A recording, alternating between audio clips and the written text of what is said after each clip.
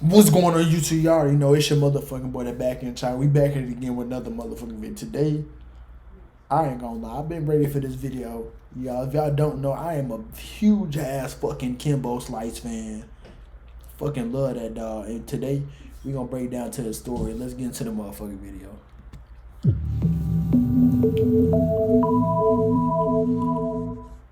Ain't want to see none of that. All day. I ain't never gonna question you, partner. All day. I ain't never gonna question you. It's how nigga eat, man. Kimbo Slice was an internet sensation. He absolutely helped make YouTube a household name. I can't believe people do this. This is crazy. Then, this bare-knuckle brawler takes his street fighting skills from alleys to arenas. In the cage, he was just a savage. If he hit you, If y'all ain't never watched his like backyard brawl or him in the street, listen, the shit he was doing in the ring, that nigga was doing outside the ring.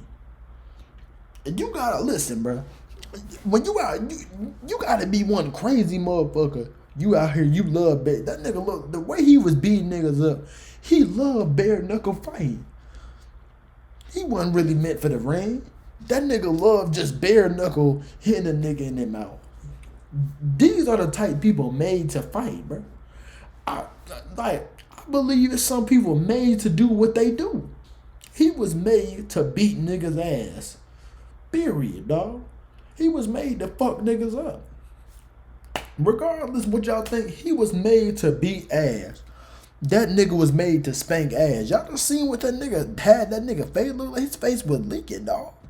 Audra going down. Kimbo's combination of malice Kimbo, drive like a wild animal! He was definitely made to fight.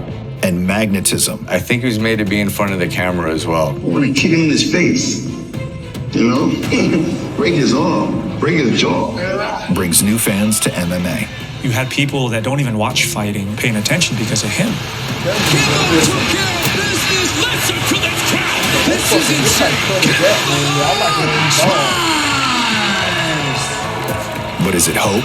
This guy is destined for stardom in mixed martial arts. You couldn't not look at him. He was a superstar. Or is it hype? I did not expect him to go down off a little clip like that. I could fall down and submit him. Kimbo Slice sucks. These naysayers have absolutely no idea what it takes for a guy like that to take a professional fight. People wanted to say, like, he's not really even a good fighter. We don't care what people say. You don't give a if they destroy the whole sport. What's next for Kimbo Slice? What's next is whoever's next. He's just such a polarizing figure. Let's do it. When I rest in peace, just want people to say I evolved from a knucklehead in the backyards of the hood in Miami to the mainstream and the elite of mixed martial arts.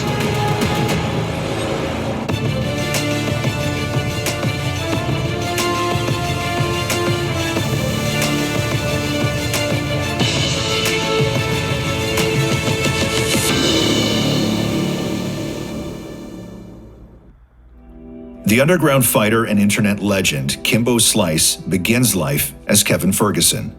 Nicknamed Kimbo by his family, he grows up a Bahamian immigrant living with his mom and two siblings in rundown South Miami.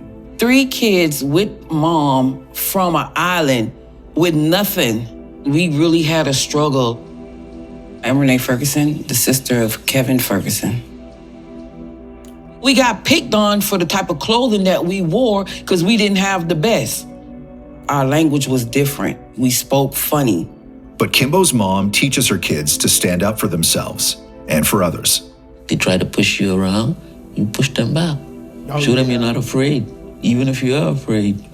That's when Kevin really started fighting back because he got tired of running. The first fight I ever had, I was like maybe 13. The guy was like 26. I saw a friend of mine just getting beat up. And I just went over there and just cleaned his clock. All that built-up anger that he had made him Kimbo. I just knew him as Big Ferg. So hold on. So he always My name's been Mike built Kimber, like that. and I'm Always a been longtime friend and also manager to Big Ferg, aka Kimbo. We met back at Miami Palmetto High. You wouldn't forget his presence even back then. He was known for playing football there. He definitely was the one looking out for me if I ever had any issues or problems. Even though he might have had the opportunity to be the bully, he always chose to be the anti-bully. While still in high school, Kimbo becomes a father. Oh my God, he was so happy. Everyone said when they saw him, they saw me. I'm Kevin, Kimbo Slice Jr., and I'm the son of Kimbo Slice. He didn't really have his dad in his life, so he tried his best to be like the best version. And this is why I don't understand some black men or just people that in general. If you didn't have your dad in your life, why have a kid and then not be in their life, bro? Like that shit, like that's a real nigga shit. Like at a young age, he wasn't really having it like that. He said, "Fuck, I'm still do my thing, man." Oh God, that's real. Thought he could be. Dog. He had a bike, and he used to have me like in the basket, like riding around with him everywhere he went, practice, even school. And the teachers let him. Like they liked him so much that they let him. Kimbo's size, strength, and athletic ability earned him a football scholarship at University of Miami. He really wanted to become a professional football player. That was his first dream. A dream that will get blown away by a Category 5 hurricane. In Florida, where the storm was strongest, up to 250,000 people have lost their homes. And Kimbo loses his chance to play Division I football. Everything stopped. No school. I don't think he played his last couple games. Kimbo's scholarship is withdrawn on account of the shortened season. That year was just a bad year. Hurricane Andrew came through and just destroyed everything. Just didn't work out for him. He was 18 at that time, with a kid. So I know it was probably tough on him. Probably, nigga, he was struggling, nigga, listen. And then he was just struggling, trying to figure out what it is that he wanted to do. For the next decade, Kimbo bounces between colleges and jobs. At those times, people just wasn't hiring. We all do what we have to do to make a living, and to survive. Including sleeping in his car while working as a bouncer at a strip club.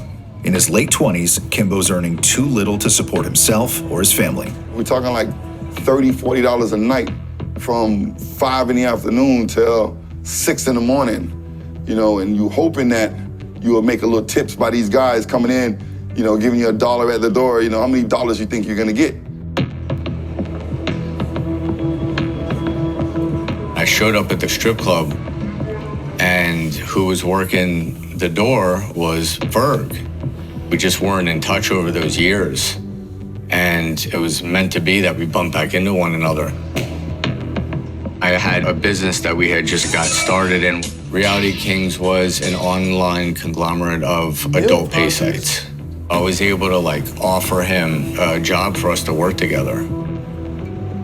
He was just driving and working as security. He had this real shitty Pathfinder with the windows broken out. I just didn't know that he was actually using it to stay in. I wasn't able to pay him a lot of money to start. If I knew my guy was sleeping in the car, I would have figured something out. He never really asked for anything like that. He's a very prideful man. I'm telling you, listen, y'all don't be like that, bro. I ain't gonna lie. I hate asking people for shit. Our real life, I ain't gonna lie, I don't know if it's an ego thing, pride, me, fuck no. I'm the type nigga, before I struggle before I ask for some shit, and that shit ain't good, bro. Everybody needs some help, bro. Don't be afraid to ask, cause you yeah, man, that shit ain't good, bro. Cause he easily could have had somewhere to stay. You know what I'm saying? But you know what I'm saying? That is... To make more money. I was well, I've never seen you lose a fight. Mike Imber has an idea. His time running porn websites tips him to another kind of online adult entertainment. Bare-knuckle backyard brawls. We could just go to the different neighborhoods, find out who they got, and I'll bet on you, and you'll keep whatever you win. I knew that he wasn't going to lose. He used to tell me about it. He was like, Renee, I'm gonna do these backyard fights. And I'm like, you seriously, you have to do this? He was like, yeah. Kimbo's chance comes in 2003. I got a phone call, and it was like, Ferg, would you fight Big D for $1,500? Tell him when he's ready to come see me, man. I'm like, Right now, hell yeah. He's supposed to be the baddest guy down south, whatever, the bully or whatever. So I'm gonna fight him. And I was like, okay, yeah, Kevin. And then it went from, you know, if you win, you'll get $3 grand. I definitely remember the first time I saw Kimbo Slice. And like many, it was on YouTube. Getting out of the Hummer and just throwing down.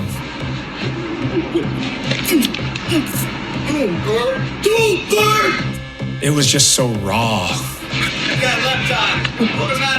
Vicious and brutal. When I seen it, I'm like, oh my God. Someone shared the link with me. I was like, I can't believe people do this. This is crazy. The way it was filmed, this wasn't scripted. That nigga, that's Brundage! Run it, Fur! It was just something I'd never seen before, and I couldn't look away. He told the guy to hit him.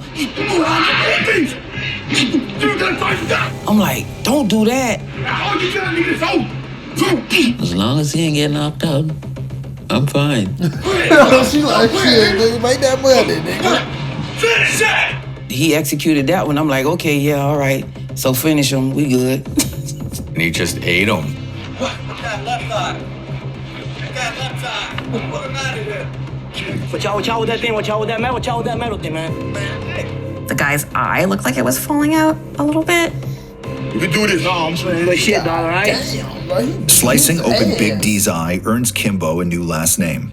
He's now Kimbo Slice. It was like a movie. Who the hell is this guy? All day. I ain't never gonna question you, All day. What? I'm like, oh my God. So how many more of these you have to do?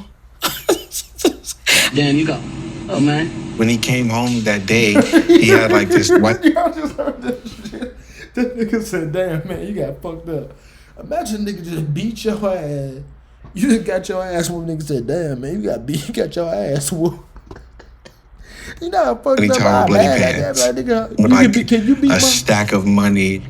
Somebody hit me up and they're like, look, man, this thing's got millions of views on YouTube.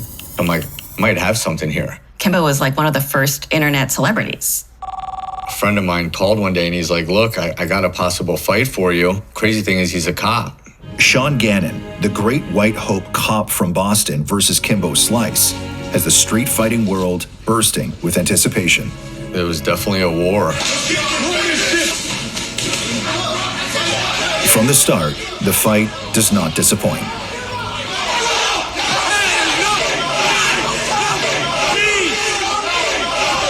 Gannon pulls out a martial arts move called the guillotine choke. In street fights, chokeholds are banned. Kimbo exhausts himself fighting his way out of several holds. It was a moment where you saw that he wasn't invincible, that he was indeed human.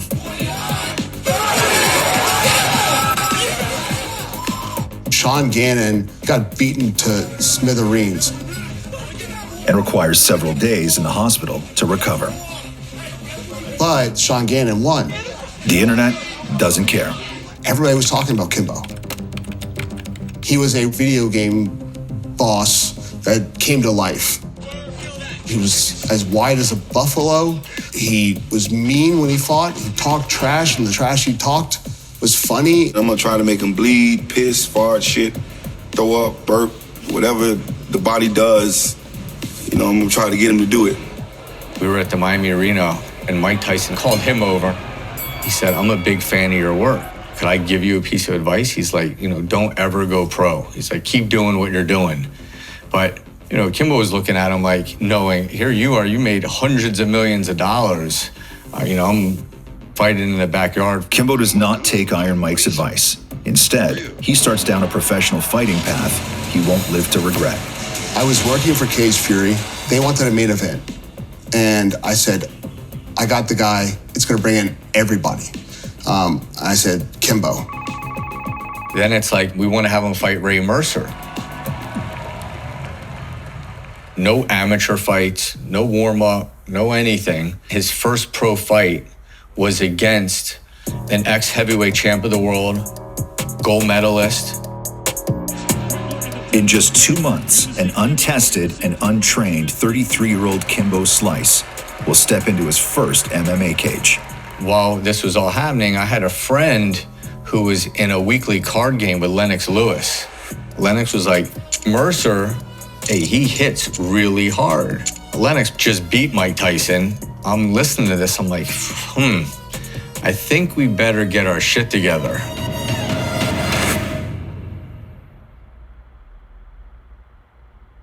I'm only going out one way. From the network that brought you Dark Side of the Ring. A lot of guys have incredible legacy, but they tarnish it. I was in true danger. Drinking, gambling, concussion after concussion. Pulled the gun and put it to my head. Dark Side of the Cage. Wednesdays at 10 on Vice. Kimbo Slice, a 33-year-old backyard YouTube fighter with no professional experience, has a mere 2 months before he enters the cage for his first professional MMA bout. I go into YouTube, I type in Kimbo Slice, and I'm like, wow, this guy's coming to our gym to learn from us. My name is Randy Katami. I'm the co-owner of Bas Rutten's Elite MMA. I was Kimbo Slice's boxing coach. Get him, Kimbo! Get him! This guy is just a pure fighter. The fact that Kimbo decides to go into mixed martial arts after he's been an internet sensation, that says everything about his personality. Kimbo wants to be the best fighter on the planet. My name is Bas Rutten. I'm a former UFC heavyweight champion, and I helped Kimbo when he became a pro fighter from his very first fight against Ray Mercer. As a student, he really came in like a dry sponge. He'd never really sat down with any coach and learned the skill of combat sports. Obviously, he had technical ability. He was strong, he was fast, he moves his head really well. His footwork was really good. He was throwing a lot of hooks. So what I wanted to do right away was teach him how to throw a straight punch. But his ground game was nothing. Thankfully, he had already an open stance. Everything becomes more powerful. We needed to add some kicks and some knees. He had to play catch up. Starting combat sports at 33 years old is a tough journey. This man is making his cage debut right here for the CFFC. In Kimbo's first pro fight against former boxing heavyweight champ Ray Mercer, Kimbo is set to earn $50,000 to fight, with a $25,000 bonus to win. Unprecedented amounts for a rookie fighter.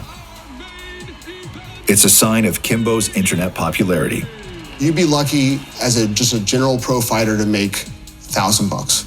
As a UFC fighter during that time, $7,000 to fight, $7,000 to win. But I knew what his worth was.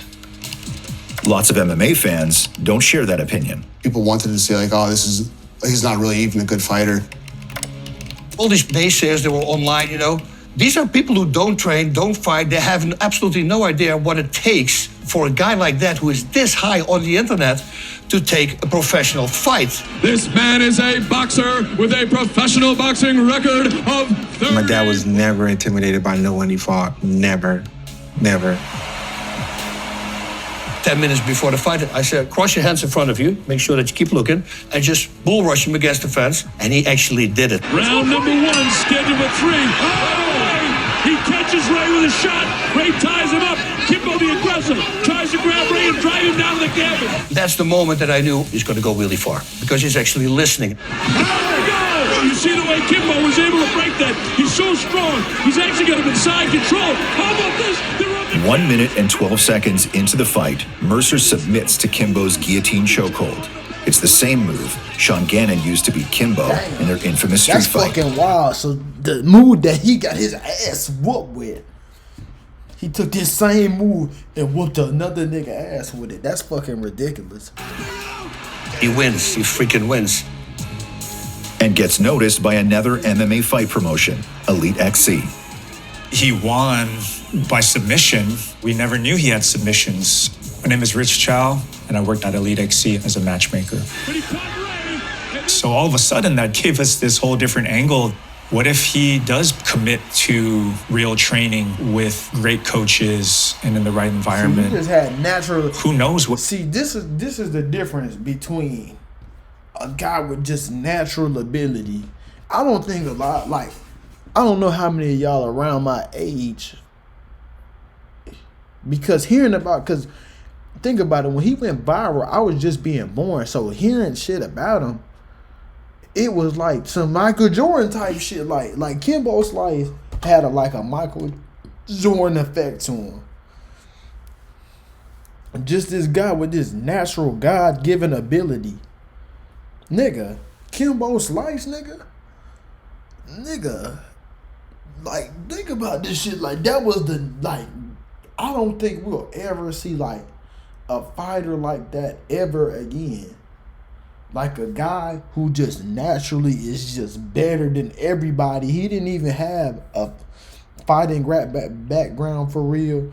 He just started at 33 years old. Nigga, what? Capable of. However, we knew it was going to take him time to learn and develop the game. And there was an understanding that maybe we don't have years and years and years for him to get there.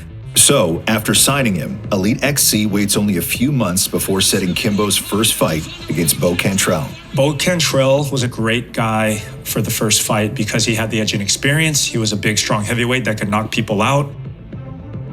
My very first time going out and photographing him was at his gym ahead of his fight against Bo Cantrell. My name is Esther Lynn, and I am a photographer with a specialty in combat sports. And I had the pleasure of photographing Kimbo Slice. You know, you hear people talk about how certain fighters or certain celebrities or whatever, they have it. And I think he just had it. I couldn't believe every single photo I took of him I liked. He definitely understood how to sell a fight. The Bo Cantrell fight was the big deal because that was the first one really on television. Heavyweights in action as Kimbo Slice in his official mixed martial arts debut. He rolls in, boom, here's this guy. The Kimbo brand was Miami. It was badass, and it was raw and underground. If I give him submission move, he just got a great arm. I'm not tapping out. People started to think about those backyard brawls and, you know, people's eye hanging out. I want to kick him in his face, you know? Break his arm, break his jaw. He won an MMA fight against Ray Mercer. Make no mistake, people were scared of Kimbo. Including, perhaps, Bo Cantrell. Do you think Kimbo's reputation helped in that way? I think Kimbo's reputation definitely helped him. At the weigh-in, he wouldn't look at Kimbo. He just looked really, really, really scared before the fight. When he got hit, I think he just went down. This one is over before it even begins. He didn't want to take another punch. That's got to be some kind of a record. At just 19 seconds of the opening round, Slice dropping Cantrell like names at a Hollywood party, and this guy is destined for stardom in mixed martial arts. Kimbo's lightning-fast KO of Cantrell supercharges his celebrity. He was everywhere. He was like doing conventions, signings, showing up with like celebrities. He was ubiquitous. Kimbo Slice. The Street Fighter is quickly becoming less South Miami and more South Beach as his fame migrates from YouTube to network TV. It's the nice walk. When he got invited to the Jimmy Kimmel show, I'd never thought in a million years he would make it to that stage. That felt huge just because at the time, most people still kind of considered MMA like human cockfighting. You like punching people? Yeah. You do. You ever feel bad afterwards? No. You never do? No. You never, even if a guy's like spitting out his teeth, you there? No, not at all. But when the fight's over with, I'll say what's up, help him out, whatever. Be like, yo, you got to go to the doctor, man. Get that checked out.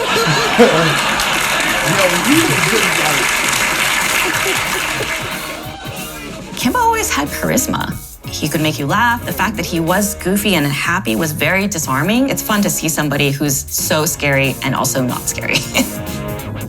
He was that bridge between like pop culture and like this fringe sport. Y'all see what I'm saying? Like, this is what I mean. Like, when you looking or you like, that was the Michael Jordan effect. Like, Michael Jordan had that pop culture type style with the God-given ability. Like, I don't think we'll ever see another Kimbo Slice again. Like, when's the last MMA fighter, UFC fighter, boxer that had the pop culture swag with the God-given ability? Like, usually it's one or the other. Like, if he has the God-given ability of talent, he doesn't have the swagger. Like a lot of times you don't have both. You have either or. You know what I'm saying? Like that, like. This is the Wall of Fame. This is the Wall of Fame. You feel me? The fame, none of it was planned, but he understood the more viewership, then the easier the negotiations are going to be going for the next contract. But real talk, check me out on kimboslice.proleague.com all day. That's how we do it. The allure was there, and people just wanted to see him fight. And keep winning. We are just minutes away from our main event, Kimbo Slice versus Tank Abbott. Kimbo Slice versus Tank Abbott in Miami. Easily one of my most memorable and favorite events. The energy, the electricity. This was going to be his coming out party in terms of like, this is where we're going to finally get to see Kimbo fight a fighter with reputation. He was fighting an ex-UFC heavyweight champ. Tank was not in his prime, but he also was still extremely dangerous. What a start already to this main event. Just listen to this crowd. When I looked into the crowd, those weren't fight fans. They were here to see Kimbo Slice, the phenomenon. I'm like, wow, my brother finally made it. For him to blow up and make it like he did, for the world to see, I was so proud of him. We got a police escort all the way to the fight. I've never seen anything like it. They're not escorting anybody unless they're the president. The extra security, the extra police, the police escort. This was not your average fight. I knew at that moment we had crossed over. He was a superstar. This is showtime. Oh, that right hand really hurt Tank. Uppercut. Tank Abbott gets another right across the jaw. The third one's the charm. Kimbo Slice wins the main event. He ended up knocking him out in like 40-some seconds. The fight takes Kimbo from street brawler to MMA certified. Listen to this crowd. This is insane. It was what the crowd wanted to see. And this reaction, this is loud. At that point, he was still invincible, and that's how we felt. After that was when it like really, really bad stuff happened.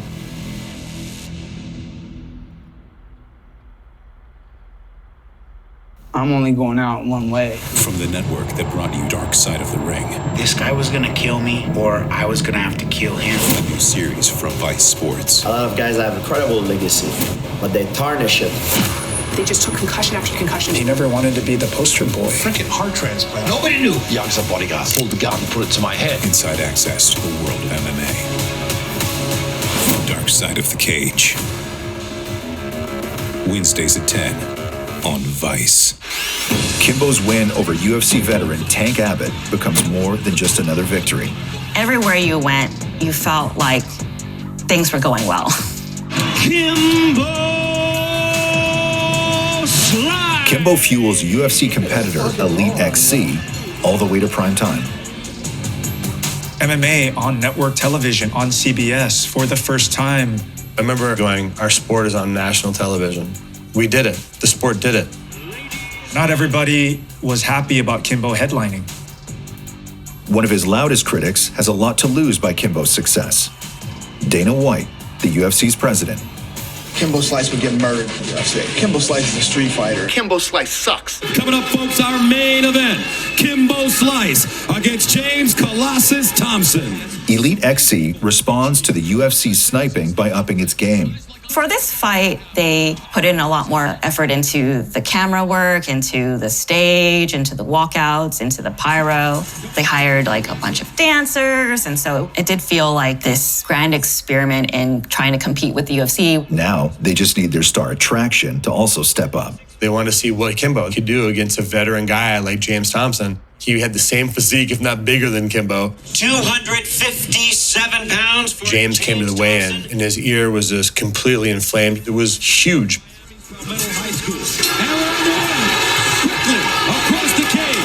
That first round, Kimbo gets hurt. All I really remember was just feeling like, oh shit, what if he loses?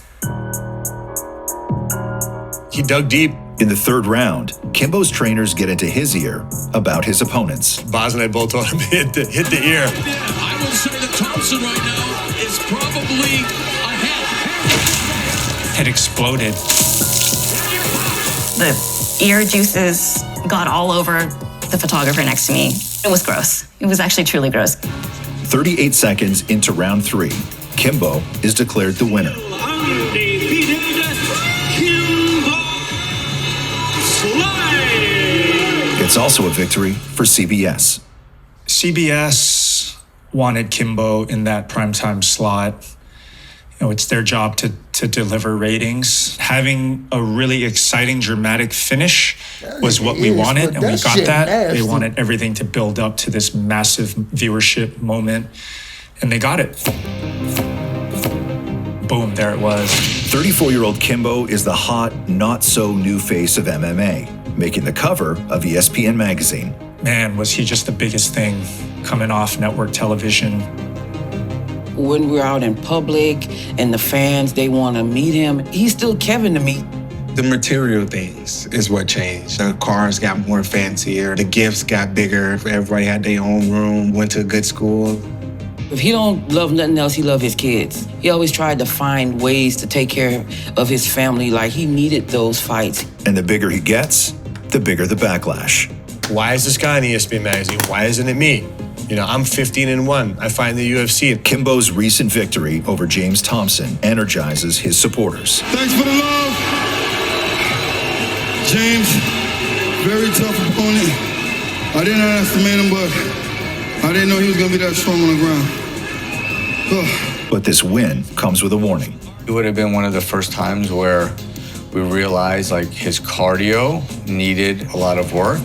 Up until that point, they've been really quick knockouts and quick fights. Going 3 rounds with a big guy, definitely people were talking. Kimbo's cardio concerns has Dana White's blood pressure soaring. Like I've said now for the last few months, this guy can't fight. All of a sudden, we noticed that there is a whole line of guys now waiting to fight him. They now felt like they could beat him. That's just for us to go back and make sure we tighten that game up, push him a little bit more in training.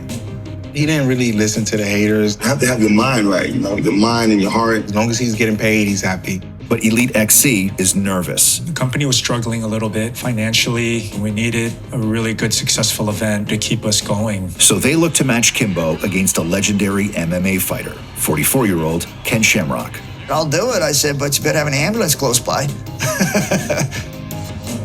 I am Ken Shamrock, also known as the world's most dangerous man. I was like, dude, I could destroy him. I could fall down and submit him. Kimbo's trainer, Boss Rutan, has fought Shamrock.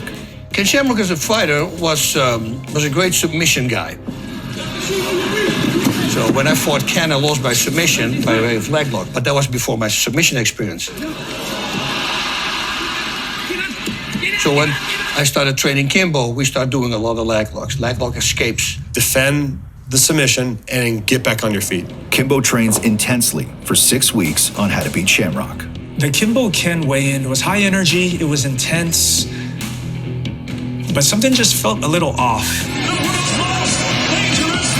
Kimbo had turned his back on him at the weigh-in, which, Ken took that as disrespect. Ken shoves him and starts yelling at him. There's a lot of stuff going on behind the scenes. He found out how much Kimbo was making and how much he was making, and he thought Kimbo wasn't deserving of that paycheck. Kimbo did everything he was supposed to do to put himself in a position to be recognized without ever having to fight a #1 fighter. And you can't hate him for that. It's like, sign me up, please. But I have to build up some animosity. I'm not the kind of guy that can beat up somebody I like. All of a sudden, the day of the fight, we have an issue with Ken. He says he cut himself while working out in his hotel room. The cut was really fresh, like you knew. You knew there's no way in hell he's gonna get cleared to fight. How do you get cut 3 hours before a big fight? Like, what are you doing? We were doing a drill, my head went down and he popped his head up. Boom, and I reached up and there's blood. Some people have the theory that Ken cut himself to try and get back at the promotion. The things that came out of that were just ridiculous. I've gone through this my whole career with having disagreements in contracts, but I fought. I did not fight. I showed up even after I got cut.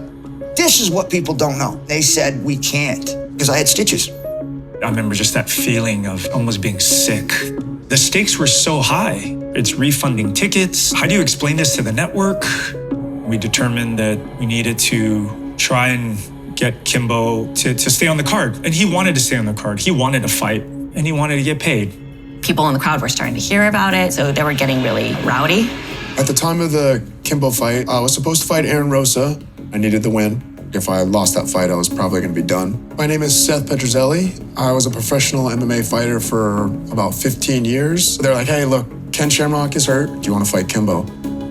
They offered me $60K to do it and then another 40 to win. It was definitely a big pay jump. Plus a 20 grand bonus if he knocks out Kimbo. The head of Elite XC found a cocktail napkin on the table, and that was the deal. Done on a cocktail napkin. I had everything to gain, nothing to lose. Kimbo does have something to lose. I run backstage to try to get a photo of him walking out. I don't know what it's like to be told you're fighting, you're not fighting several times throughout the evening, but he didn't look confident. Gentlemen, this is the main event, and it's showtime. Welcome to CBS Elite XC style. Let's give the millions of fans that's watching this fight the fight that they want to see. Go back to your corners, let's get ready to rock and roll. And he's the first fighter in my entire career that never touched my gloves. Kimbo Slice, his fourth appearance inside the cage. I was like, okay, maybe you're doing it for show, but it still pissed me off.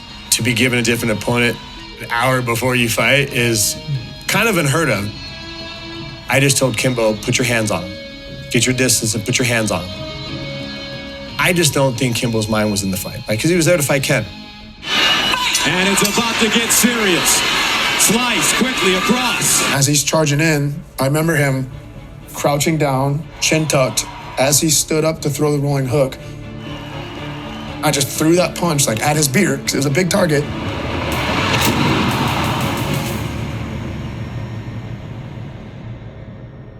I'm only going out one way. From the network that brought you Dark Side of the Ring. Guys have incredible legacy, but they tarnish it. I was in true danger. Drinking, gambling, concussion after concussion. Pulled the gun and put it to my head. Dark Side of the Cage. Wednesdays at 10 on Vice. And it's about to get serious. Seconds into his fight against last-minute opponent Seth Petruzzelli, Kimbo Slice makes a mistake. Slice in trouble! His knee gave out. He had to get surgery right after that. I don't think a lot of people know that. And then, Seth capitalized, got on top. He got clipped, he got dazed. Slice goes down! I remember him falling to his knees and just start round punches, bomb, bomb, bomb to the side of the head. Before you know it, the ref called the fight off. I did not expect him to go down off a little clip like that, but if you're not expecting a shot to come, even if it's a little strike, yeah, it'll knock your lights out for sure, for a split second. The whole arena went quiet. You could have heard a pin drop in there. I remember just being almost frozen there, and honestly not sure what it all meant. The company had put a lot of eggs into the Kimbo basket, so I was nervous. We all collectively knew that was not good for the company. People were like, you spent all this money on a street fighter and he didn't pan out. Within a month, Elite XC is down for the count, and a beaten Kimbo is on the ropes with fans and critics. They were just like, see, told you. He's not a real fighter. Kimbo was their hero. Their dreams just got crushed. We knew there was going to be major repercussions from it. It went way beyond, hey, there's a lot of work to do in the gym. With the demise of Elite XC, Kimbo's career is also presumed dead. It did feel like a party ended, I guess. Until the sport's ultimate promoter spots value in the person he once aggressively belittled. We got one more guy coming. I was like, Dana White's going to take him into the Ultimate Fighter house after saying that he's the guy that you want at your house at a barbecue, but not in a professional fight. The Ultimate Fighter, UFC's reality show, follows pro MMA fighters living together as they train, all battling for a six-figure contract. This next guy that's coming is definitely a fighter. question is he a mixed martial artist? Coming off a loss like that, it felt like a privilege to be able to be a part of it. The Ultimate Fighter show is really like their proving grounds. Talked more about this guy than anybody ever. And coming from me, that's saying a lot.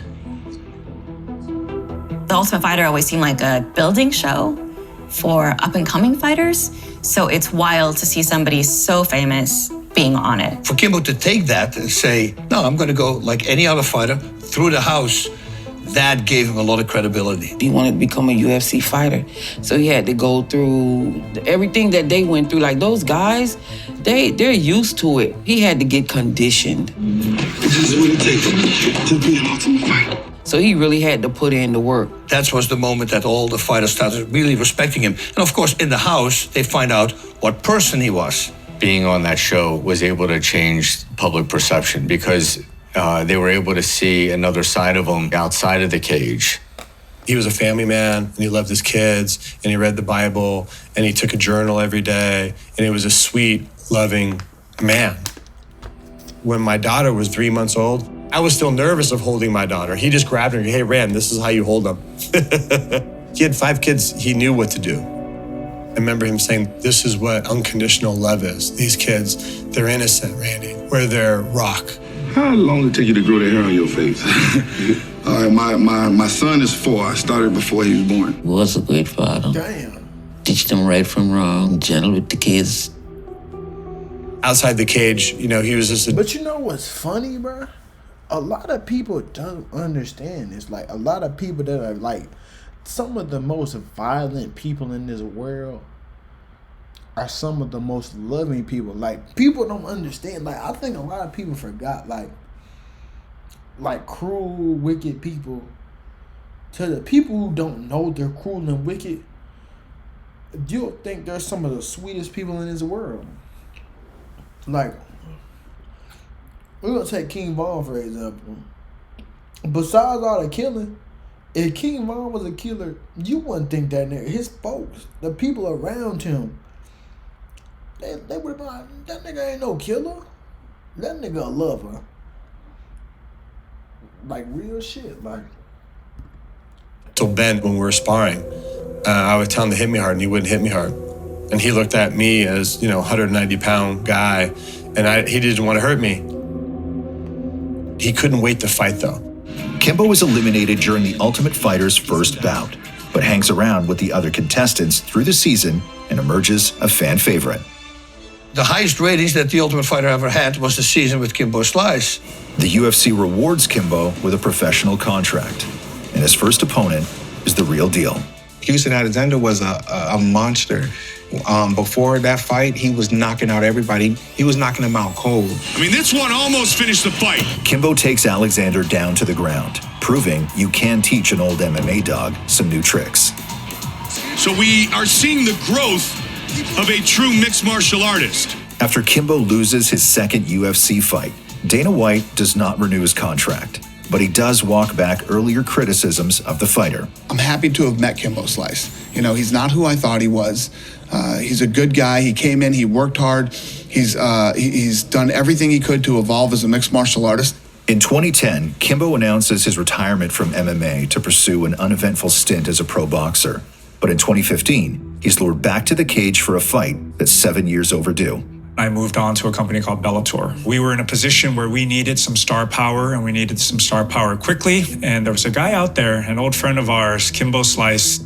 There was unfinished business. 7 years later, after that crazy night, it's Kimbo and Ken Shamrock again. The second time, it felt different. This feels right. In the first round, Kimbo's right hook sends Shamrock crashing to the mat. He beat me, straight up. I let up, I gave him a chance, and he capitalized on it. It was a very proud moment. He was finally able to make it happen. Would have been amazing to have just ended the career on that note. But he doesn't. Man, listen, dude, a manhandle you, dude. Yeah. I promise you that. Promoter Bellator capitalizes on Kimbo's... No disrespect to dudes that paint their fingernails, but I'd be damn I let a nigga say he could beat my ass and he got his fingernails painted. I'm sorry, dog. I got nigga, what? Nigga, you got fingernail polish on, nigga. Nigga, you ain't gonna do a goddamn thing to me, nigga. Fuck you mean, nigga? Nigga, listen. KO of Shamrock by putting him in another grudge match. Dada 5000 appeared to be Kimbo 2.0. It was a guy from the streets of Miami that Kimbo didn't like, which always makes it more fun and easier to promote. You got baby nuts. I bet you my nuts bigger than yours. Come on. I was excited. I was pumped. I was sitting cage side. Mike Tyson was right behind me. Very surreal. The fans were expecting so much. My name is John McCarthy. Most people in the MMA world would know me as Big John McCarthy. I ref the Dada versus Kimbo fight. But neither of the former street fighters feels much like fighting. These guys go out there and they swing for about 30 seconds and exhaust each other. Like, oh my God, I can't believe this is playing out this way. It was bad. The booing is so loud in the arena. I'm like, Kimbo, you gotta do something. We gotta have a fight. In the cage, Kimbo was awarded a technical knockout. Later, medical tests will not only overturn his victory, but reveal secrets that threaten more than just Kimbo's career. I sure didn't know the problem for Kimbo at the time was he had no business fighting. We always knew that he had high blood pressure, but never knew the extent of what the high blood pressure was doing to somebody who had an enlarged heart. And I didn't find that out till later on when he was just driving and working as like security. We'd be at like a red light and he would just fall asleep. And he'd be like, oh, the light was too long. And it's like, man, it's, light's not that long. I was just thinking he was like partying the night before. Now I kind of realized maybe it had something to do with what was, inherently wrong with him. He always had an enlarged heart, so that's something he had his whole life. So we always knew about that. I didn't even understand what it meant, to be honest with you. I was so young. He told me about it once, and then it was like life goes on. One of the very few times that we argued with one another was me pushing for him to not fight anymore.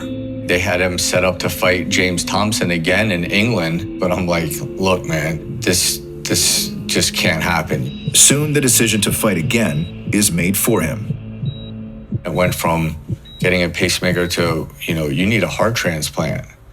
That's when he knew this was no joke. Damn, a heart transplant? What the fuck? I'm only going out one way. From the network that brought you Dark Side of the Ring. This guy was gonna kill me, or I was gonna have to kill him. A new series from Vice Sports. A lot of guys have incredible legacy, but they tarnish it.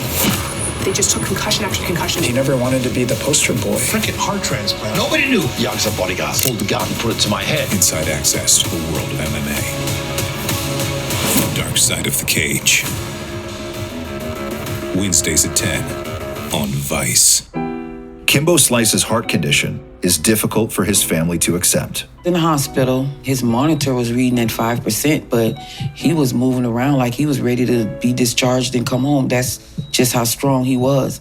So I didn't know that would have been my last time seeing him. MMA fighter Kimbo Slice has died in a South Florida hospital last night. His death was sudden and unexpected. One of the worst things to experience is, somebody that you care so much about and went on this crazy life journey with, and not really being able to say goodbye.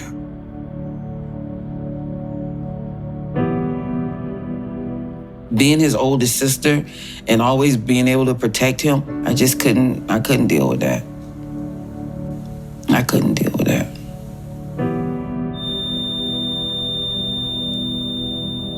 I was there to the end.